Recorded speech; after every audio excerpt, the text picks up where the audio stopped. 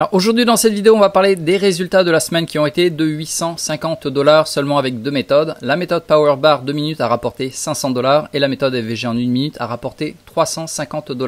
Donc dans cette vidéo je vais passer à travers tous les trades de la méthode Power Bar et également ceux de la méthode FVG. Et si ça t'intéresse également de nous rejoindre au live, en fait on a lancé un challenge à partir du mois de novembre jusqu'à décembre d'avoir un payout avant Noël en démarrant sur un compte à partir de 0. C'est exactement ce que j'avais fait, c'est-à-dire que j'avais pris un nouveau compte, on a passé l'évaluation, c'était mercredi dernier, et maintenant on commence à le faire diriger petit à petit vers le payout. Donc sachant qu'il y a deux options pour le payout, l'option 1 c'est de prendre un peu plus de risques sur chacun des trades, surtout quand tu auras un setup que l'on appelle A+, donc ça veut dire optimal, avec plus de chances de réussite. Et la deuxième option c'est de prendre un risque relativement faible, et donc de faire monter petit à petit ton compte. Donc tu as moins de chances entre guillemets de le cramer, mais par contre ton payout sera un peu plus tard. Et ça tu peux le faire en même temps, c'est-à-dire l'option 1 en y allant plus bourrin et l'option 2 en étant plus soft, simplement en ayant plusieurs comptes. Donc maintenant on va rentrer plus en détail de la méthode Power Bar 2 minutes. Donc on va démarrer le premier jour de la semaine, c'était le lundi 10 novembre. Comme tu le vois sur mon écran, sur la partie gauche, c'est ce que j'appelle le pré-marché et la première d'ouverture, la voilà. Donc là c'est des bougies en 2 minutes et je vais trader le MNQ. Donc le but du jeu c'est de casser une sorte de mini range, tu vas regarder à peu près les 7 dernières bougies, donc depuis l'extrême haut à l'extrême bas, donc tu prends les mèches. Et le but du jeu c'est effectivement soit tu casses vers le haut, soit tu casses vers le bas. Si tu casses vers le haut, tu vas rentrer en achat. Et pareil, si on casse vers le bas, ça sera de la vente. Une autre chose à regarder c'est où est le haut du pré-marché, de le noter. Donc deux possibilités, soit tu es bien plus bas que ce pré-marché, soit tu as cassé juste au-dessus. Et là ça va, on peut rentrer sur la bougie d'après. Donc c'était le cas, comme tu le vois, on a cassé le haut du pré-marché, on est assez éloigné de ce range. La bougie mesure combien? Tu le vois ici, elle mesure 0,14%, donc c'est une grosse bougie qui a bien avalé tout ce schmilblick. Donc dans ces cas-là, en fait, on va rentrer à la bougie d'après ici. On va mettre le stop loss à l'ouverture de la précédente. Donc ça, c'était la bougie d'ouverture de 15h30 heure française. Et généralement, je vais avoir deux TP. Le premier TP, ça sera risque-récompense 1, comme tu le vois ici, risque-récompense. Et le deuxième TP, ça sera un risque récompense de 1,65. Donc si je te le mets exactement ici, voilà. Généralement, je vois que ce sont les deux TP qui fonctionnent le plus. Si jamais tu veux monter à 2, tu auras moins souvent des trades gagnants, mais les résultats seront similaires. Pareil, si tu veux monter à 3, tu l'auras beaucoup moins souvent, mais les résultats seront similaires. Donc ma philosophie, c'est d'avoir plus souvent des trades gagnants, notamment 1,65. Ça marche très très souvent. Et également le ratio 1 que l'on a extrêmement souvent. Donc pour ce genre de trade, je vais risquer 150 $ en moyenne et en échange, je vais faire aux alentours de 200 $ quand le trade est gagnant, notamment comme ça aujourd'hui. Et l'avantage de cette méthode, c'est qu'on va regarder uniquement la première, voire la deuxième bougie. Soit les voyants sont ouverts et on peut prendre le trade, soit on ne le prend pas. Donc on va passer au jour suivant, ça sera le mardi 11. Alors nous voilà sur le mardi 11, comme tu le vois, la première bougie elle est toute petite, elle fait 0,03, la deuxième également elle est pourrie. Donc en gros, si la première bougie et la deuxième bougie ne sont pas top, je ne prends pas le trade. Donc mardi, pas de trade. Mercredi. Là également, on a un setting qui est vraiment, entre guillemets, idéal. Comme tu le vois, en fait, ce sont les dernières bougies. D'ailleurs, c'est là où j'ai passé mon évaluation. Donc voilà, ça c'est le range des 7 dernières bougies. On l'a bien cassé. Également, on va noter où est le plus bas du pré-marché. Donc il faut aller sur la zone bleue, ici. Donc là, on a quand même de la marge de manœuvre. On est jusque là. Et généralement, si la bougie mesure plus que 0,17%, comme tu le vois là, elle faisait 0,29%, je vais mettre en fait mon stop loss à un tiers de cette bougie, voilà, aux alentours de ici. Par contre, pour le TP, je vais garder un TP risque récompense de 1 et 1,65 basé sur l'ouverture de la bougie. Donc si je te le montre, ce sera beaucoup plus simple. On va rentrer ici à la bougie et pour avoir mon risque récompense optimal, on va considérer comme si on avait mis le stop loss ici, alors qu'officiellement il sera là. Donc on le met ici d'abord, simplement pour faire les mesures. Donc on va viser le risque récompense de 1, on va y arriver. Voilà, ici, là, 1. Et le deuxième TP, 1,65. Comme je te l'avais dit, il ne faut pas être trop gourmand parce que des fois, on va juste le choper et hop, ça va repartir en sens inverse. Donc là, par exemple, 1,65 aux alentours de là. Et finalement, comme je te l'avais dit, on peut raccourcir, entre guillemets, le stop loss aux alentours de 1 tiers. Ce qui me permet à moi d'augmenter la taille de quantité de lot ici. Et la bonne nouvelle, c'est que je suis passé à travers une centaine de trades. Et généralement, les statistiques sont très très favorables. 65% du temps, ça fonctionne. On aura un TP, au minimum le TP numéro 1. Et donc 35% du temps, là, tu auras un trade perdant. Donc voilà pour ce trade. Vu qu'on a pu réduire la taille de stop loss et donc augmenter la taille de lot, quand on atteint le TP numéro 2, donc 1,65, on va générer aux alentours de 300 $ de gains sur ce trade.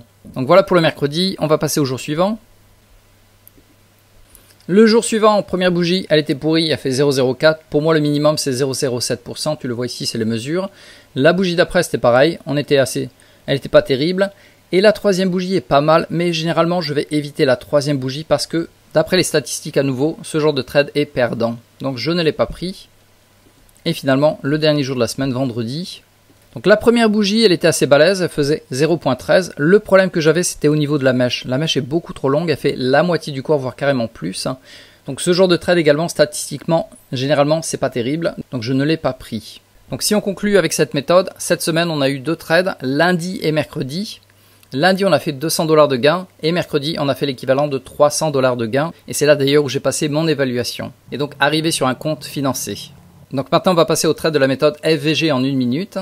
Donc la méthode FVG est relativement simple, c'est qu'on va attendre les 5 premières bougies de l'ouverture, donc de 15h30 jusqu'à 34 inclus. C'est pas 35, mais vraiment 34. À partir de là, on va attendre d'avoir une bougie qui va casser ce range et qui va créer ce qu'on appelle un FVG. Ça veut dire que la mèche d'avant et la mèche d'après ne se touchent pas. Donc là, pour le coup, ça s'est touché. Donc ça invalide le FVG. Également, en dessous de la vidéo, dans la description, je t'ai mis un lien pour voir la vidéo totale sur la méthode FVG, histoire que tu comprennes mieux le concept. Bref, ici, pas de FVG, pas de trade. Et à partir de là, c'est monter, monter, monter. Et on n'a pas eu d'autres opportunités. Et là, il est trop tard pour moi. Parce que généralement, pour cette méthode, également, je vais la trader jusqu'à 16h40. Donc lundi, pas de trade. Mardi, comme tu le vois, on a cette belle bougie qui a cassé la box. On regarde le dernier plus bas, c'était ici, au niveau de la mèche précédente. Et la mèche d'après est montée jusque là, donc là on a ce qu'on appelle un gros FVG. Vu que la bougie mesurait 0,09, généralement je vais mettre le stop loss à 1/3 de cette bougie, notamment aux alentours de ici. Je vais rentrer à la bougie d'après, à l'ouverture. Je vais mettre le stop loss aux alentours de 1/3 de la bougie. Et finalement, risque récompense aux alentours de 0,8. Je vais clôturer le trade si jamais ça revient en arrière. Donc pour le coup, trade neutre ici. Et après, si je t'efface ces traits, cette bougie-là a traversé la box, mais elle est précédée de 3 bougies rouges, donc ça, je l'évite. Également, on n'a pas de FVG, ça se touche, tu le vois ici. Donc là, pas de trade. On va passer au jour d'après. Donc le mercredi. Là, en fait, on avait démarré le mercredi avec la méthode 2 minutes Power Bar. Mais à l'intérieur de ce trade qui a duré quand même une vingtaine de minutes, on peut également ajouter de l'argent sur la méthode FVG, comme tu le vois ici d'ailleurs. Là, on a une belle bougie qui a cassé la box. Et on a effectivement notre FVG, c'est-à-dire que la mèche précédente et la mèche d'après ne se touchent pas. Donc là, comme tu le vois, ça c'est ce qu'on appelle le FVG. Donc là, on va rentrer à la bougie d'après. Le stop loss, généralement, je vais le mettre à 3 ticks au-dessus de la mèche, si elle était petite, parce que là, elle était relativement petite. Donc voilà, aux alentours de ici. Voilà, si je te le fais plus proprement. On est rentré à la bougie d'après. Je vais d'abord viser le risque récompense de 0,8 pour faire le break-even, c'est-à-dire rabaisser mon stop loss au point d'entrée. Et ensuite, on va viser, comme d'habitude, un TP aux alentours de 1 ici. Et le TP numéro 2, 1,65 que l'on aura atteint ici également. Donc à nouveau pour ce trade aux alentours de 200 $ de gain. Donc mercredi, c'était vraiment une bonne journée parce qu'on avait démarré en fait avec Power Bar. Et à l'intérieur de ce trade, on a pu ajouter en fait la méthode FVG. Et ensuite, il n'y a pas d'autre trade. Non. On va passer au jour d'après, donc jeudi. Alors jeudi, ici, on a la première bougie qui est assez balèze. La deuxième également qui est balèze. On va pouvoir entrer à la bougie suivante, à l'ouverture. Hop, le stop loss ici au niveau de la mèche. Voire 2-3 ticks en plus. On va viser d'abord le risque récompense de 1 pour clôturer la moitié des positions. On l'aura atteint ici. Voilà, plus ou moins ici. On est descendu et hop, c'est remonté après, donc break-even. Donc là, on a chopé le TP numéro 1. Et ensuite, rebelote ici. On a à nouveau ce qu'on appelle le FVG. Donc comme tu le vois, mèche précédente, mèche d'après ne se touche pas, même si c'était relativement serré. Il y a de l'espace, donc c'est ce qu'on appelle le FVG. On va pouvoir entrer donc à la bougie suivante, à l'ouverture. Et là pareil, la bougie était relativement balèze et elle est suivie d'une bougie rouge. Donc dans ce cas-là, je vais mettre le stop loss à 1/3 de cette bougie ici. On est bien descendu jusque là à peu près. Donc là, on a chopé mon TP numéro 1. Et malheureusement, c'est remonté en fait ici, comme tu le vois. Hop, c'est remonté à break-even. Donc là, TP numéro 1 seulement pour ce trade aussi. Donc là, on a eu 2 trades, TP1 et TP1. Et vendredi, je pense qu'il n'y avait pas de trade sur la méthode FVG. Alors là, en fait, on avait une belle cassure à l'extérieur. Le problème, c'est qu'on a démarré depuis l'extrême bas de la box. Généralement, pour moi, c'est assez casse-gueule parce qu'il peut y avoir un retest ici. Donc là, j'ai pas pu prendre le trade. Donc là, j'ai pas pris le trade. Et par la suite, il est monté sans jamais revenir dans la box. Donc voilà pour la méthode FVG, on a eu un trade lundi, mercredi et 2 trades jeudi, donc au total 4 trades dans la semaine. Ce qui nous a donné une très très belle semaine de 850 $. Sachant que ça c'est valide sur un seul compte et que tu peux le multiplier sur chacune des propres firmes par 5 au minimum. Notamment 5 comptes chez TopStep, 5 comptes chez Fidias, 5 comptes chez Tradify et ainsi de suite. Et tout ça tu peux les relier via ce qu'on appelle un trade copieur. Donc si ça t'intéresse éventuellement de nous rejoindre au bootcamp, c'est-à-dire passer vite fait le challenge pour viser un payout avant Noël, en dessous de la vidéo tu as un lien sur lequel tu peux cliquer pour voir toutes ces informations et éventuellement nous rejoindre. Et dernière chose, si tu veux voir la méthode Total FVG, je t'ai mis le lien ici qui apparaît tout en haut à droite de cette vidéo.